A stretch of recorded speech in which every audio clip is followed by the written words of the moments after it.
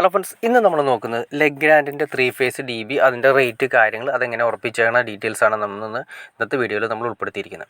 ഇതാണ് ലെഗ്രാൻഡിൻ്റെ D B എന്ന്. അതിന് മുന്നേ നമുക്ക് അതിൻ്റെ MRP കാര്യങ്ങളൊക്കെ ജസ്റ്റ് ഒന്ന് ചെക്ക് ചെയ്യാം. MRP 3 ഫേസ് ഡി ബിക്ക് വരുന്ന റേറ്റ് കാര്യങ്ങൾ, അതായത് 8 വേ ഡി ബി എന്നാണ് പറയുന്നത്. 8 വേ ഡി ബി അതിൻ്റെ MRP കൊടുത്തിരിക്കുന്ന 16 സംതിങ് ആണ് കൊടുത്തിരിക്കുന്നത്. 8 വേ ഡി ബി എന്ന് ഉദ്ദേശിച്ചാൽ ഒരു ഫേസിൽ നമുക്ക് മാക്സിമം 8 MCB വരെ കൊടുക്കാം. അപ്പോൾ 3 ഫേസ് ആവുന്ന സമയത്ത് 324 MCB വരെ നമുക്ക് കൊടുക്കാം.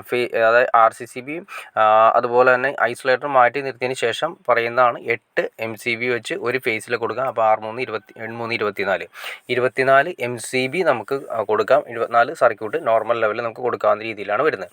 6 ADB വരുന്നുണ്ട്. അതുപോലെ തന്നെ 8 വേ ഡി ബി ഉണ്ട്. അപ്പോൾ നമുക്ക് ഏത് വേണമെങ്കിലും നമ്മുടെ വീടിൻ്റെ സർക്യൂട്ടിൻ്റെ എണ്ണം അനുസരിച്ചിട്ട് വേണം നമ്മൾ സെലക്ട് ചെയ്യുന്നത്. ഇപ്പോൾ നമ്മളിവിടെ മെയിനായിട്ട് വരുന്നതെന്ന് വെച്ചിട്ടുണ്ടെങ്കിൽ താഴെ 4 ബെഡ്റൂംസാണ് വരുന്നത്. പിന്നെ കിച്ചൺ വരുന്നുണ്ട്, വർക്ക് ഏരിയ വരുന്നുണ്ട്, പിന്നെ ഹാൾ വരുന്നുണ്ട്, പിന്നെ അതുപോലെ ലിവിങ് ഏരിയ വരുന്നുണ്ട്. ഇത്രയാണ് നമുക്ക് മെയിനായിട്ട് വരുന്ന സർക്യൂട്ട് കാര്യങ്ങളെല്ലാം വരുന്നത്. 4 ബെഡ്റൂം ആകുമ്പോൾ തന്നെ ഏകദേശം ഒരു 3 സർക്യൂട്ട് വെച്ച് ഏറ്റവും കുറഞ്ഞത് നമ്മുടെ ഈ പറയുന്ന ഓരോ ബെഡ്റൂമിലും വരുന്നുണ്ട്. AC-ക്ക് സെപ്പറേറ്റ് സർക്യൂട്ട്, ഹീറ്ററിന് സെപ്പറേറ്റ്, വാട്ടർ ഹീറ്ററിന് സെപ്പറേറ്റ് സർക്യൂട്ട്, പിന്നെ റൂം സർക്യൂട്ട്.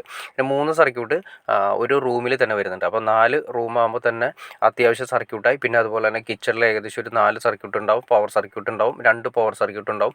പിന്നെ അതുപോലെ തന്നെ ഒരു മോട്ടറിൻ്റെ സർക്യൂട്ട് ഉണ്ടാവും. പിന്നെ നോർമൽ ലെവലിൽ സർക്യൂട്ട് ഉണ്ടാവും. ഏറ്റവും കുറഞ്ഞത് 4 സർക്യൂട്ടെങ്കിലും വരുന്നു. അങ്ങനെ ഓരോന്നും ലിവിങ് ഏരിയയിൽ ഒരു സർക്യൂട്ട്, കിച്ചൺ വർക്ക് ഏരിയയിലാണെങ്കിൽ ഏകദേശം 2 സർക്യൂട്ട്, പവർ സർക്യൂട്ട്, പിന്നെ നോർമൽ സർക്യൂട്ട് വരുന്നുണ്ടാവും. അതുപോലെ തന്നെ നമുക്ക് പിന്നെ വരുന്നതെന്ന് വെച്ചിട്ടുണ്ടെങ്കിൽ നമുക്ക് ഇതുപോലെ തന്നെ ലിവിങ് ഏരിയ അങ്ങനെ സെപ്പറേറ്റ് സർക്യൂട്ടുകൾ വരുമ്പോൾ തന്നെ ഏകദേശം ഈ പറയുന്ന 8 വേ ഡി ബി എന്തായാലും അത്യാവശ്യമായിട്ട് വരും. കാരണം വെച്ചാൽ 4 ബെഡ്റൂം എന്ന് പറയുന്നത് ഏകദേശം ഒരു 3000 സ്ക്വയർ ഫീറ്റ് വരുന്ന വീടാണ് വരുന്നത്. അപ്പോൾ ഇനി അതല്ല നിങ്ങൾ നോർമൽ ലെവലിൽ വീടാണ് ഉദ്ദേശിക്കുന്നതെങ്കിൽ 6 വേ ഡി ബി കൊടുക്കുന്നതാണ് ഏറ്റവും നല്ലത്. കാരണം എന്തെങ്കിലും ഒരു അത്യാവശ്യം, കാരണം 1-2 AC നമ്മൾ പിന്നീട് വെക്കണമെന്ന് വിചാരിച്ചാൽ പോലും നമുക്ക് സെപ്പറേറ്റ് MCB കൊടുക്കാൻ വേണ്ടിയിട്ടാണ് നമുക്കൊരു 8 വേ ഡി ബി തന്നെ, അല്ലെങ്കിൽ 6 വേ ഡി ബി തന്നെ കൊടുക്കുന്നതാണ് ഏറ്റവും നല്ലത്. അതുപോലെ തന്നെ നമ്മൾ ഡി ബി സെലക്ട് ചെയ്യുന്ന സമയത്ത്, വീടിൻ്റെ വയറിങ് ചെയ്യുന്ന സമയത്ത് സിംഗിൾ ഫേസ് ഡി ബി ആയാലും നല്ലത്. ഇനി നമ്മൾ സെലക്ട് ചെയ്യുമ്പോൾ പുതിയ വീടുകൾ വെക്കുന്ന സമയത്ത് 3 ഫേസ് ഡി ബി തന്നെ സെലക്ട് ചെയ്യാനാണ് ഏറ്റവും നല്ലത്. കാരണം ഒരു AC കഴിഞ്ഞ് രണ്ടാമത്തെ AC സ്റ്റാർട്ട് ചെയ്യുന്ന സമയത്ത് വാട്ട്സ് വ്യത്യാസം വരുന്നുണ്ട്. വാട്ട്സ് വ്യത്യാസം വന്നു കഴിഞ്ഞാൽ സിംഗിൾ ഫേസിൽ നിന്ന് ഓട്ടോമാറ്റിക്കായിട്ട് നമ്മൾ 3 ഫേസിലേക്ക് കൺവേർട്ട് ചെയ്യേണ്ടതായിട്ട് വരും. അപ്പോൾ അങ്ങനെ വരുന്ന സമയത്ത് നമ്മൾ ഈ പറഞ്ഞ സിംഗിൾ ഫേസ് മാറ്റി 3 ഫേസിലേക്ക് മാറ്റേണ്ടതായിട്ട് വരും. അപ്പോൾ അതിനേക്കാൾ നല്ലത് നമ്മൾ പുതിയ വീട് കാര്യങ്ങളൊക്കെ വെക്കുന്ന സമയത്ത് 3 ഫേസ് ഡി ബി വെക്കുകയാണെങ്കിൽ യാതൊരു പ്രശ്നങ്ങളും ഇല്ല. കണക്ഷൻ എടുക്കുന്ന സമയത്ത് സിംഗിൾ ഫേസ് എടുക്കുക, അതിനുശേഷം ആവശ്യം വരുന്ന സമയത്ത് 3 ഫേസിലേക്ക് കൺവേർട്ട് ചെയ്യുക.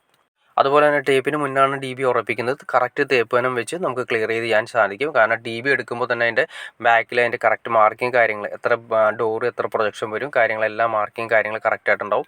ഇനി അതിനെക്കുറിച്ച് ഡീറ്റെയിൽ ആയിട്ട് നിങ്ങൾക്ക് അറിയണ താല്പര്യം തീർച്ചയായിട്ടും കമൻറ്റ് ചെയ്താൽ മതി. നമുക്ക് അതിൻ്റെ ഡീറ്റെയിൽ ആയിട്ട് വീഡിയോ എങ്ങനെ ഡി ബി കറക്റ്റ് ചെയ്ത് തേപ്പ് വനം കറക്റ്റായിട്ട് എല്ലാം കഴിഞ്ഞപ്പോൾ കറക്റ്റായിട്ട് വരുന്നത് എങ്ങനെയാണെന്ന് അറിയണമെന്ന് താല്പര്യം നിങ്ങൾ തീർച്ചയായിട്ടും കമൻറ്റ് ചെയ്താൽ നമുക്ക് അതിൻ്റെ ഡീറ്റെയിൽ ആയിട്ട് വീഡിയോ ചെയ്യാൻ സാധിക്കുന്നതായിരിക്കും. അപ്പോൾ ഓക്കെ ഫ്രണ്ട്സ്, വീഡിയോ ഇഷ്ടപ്പെട്ടെങ്കിൽ തീർച്ചയായിട്ടും ലൈക്ക് ചെയ്തേക്കുക, ഷെയർ ചെയ്തേക്കുക, ചാനലൊന്ന് സബ്സ്ക്രൈബ് ചെയ്തേക്കുക. ചാനൽ സബ്സ്ക്രൈബ് ചെയ്താൽ മാത്രമേ നമുക്ക് ഇതുപോലുള്ള ഇൻഫർമേറ്റീവായി വീഡിയോസ് ചെയ്യാനുള്ളൊരു ഇൻസ്പിറേഷൻ ലഭിക്കുള്ളൂ. അപ്പോൾ തീർച്ചയായിട്ടും ചാനലൊന്ന് സബ്സ്ക്രൈബ് ചെയ്തേക്കുക. ഓക്കെ ഫ്രണ്ട്സ്, അടുത്ത വീഡിയോയിൽ കാണുന്നവരെ ഓക്കെ.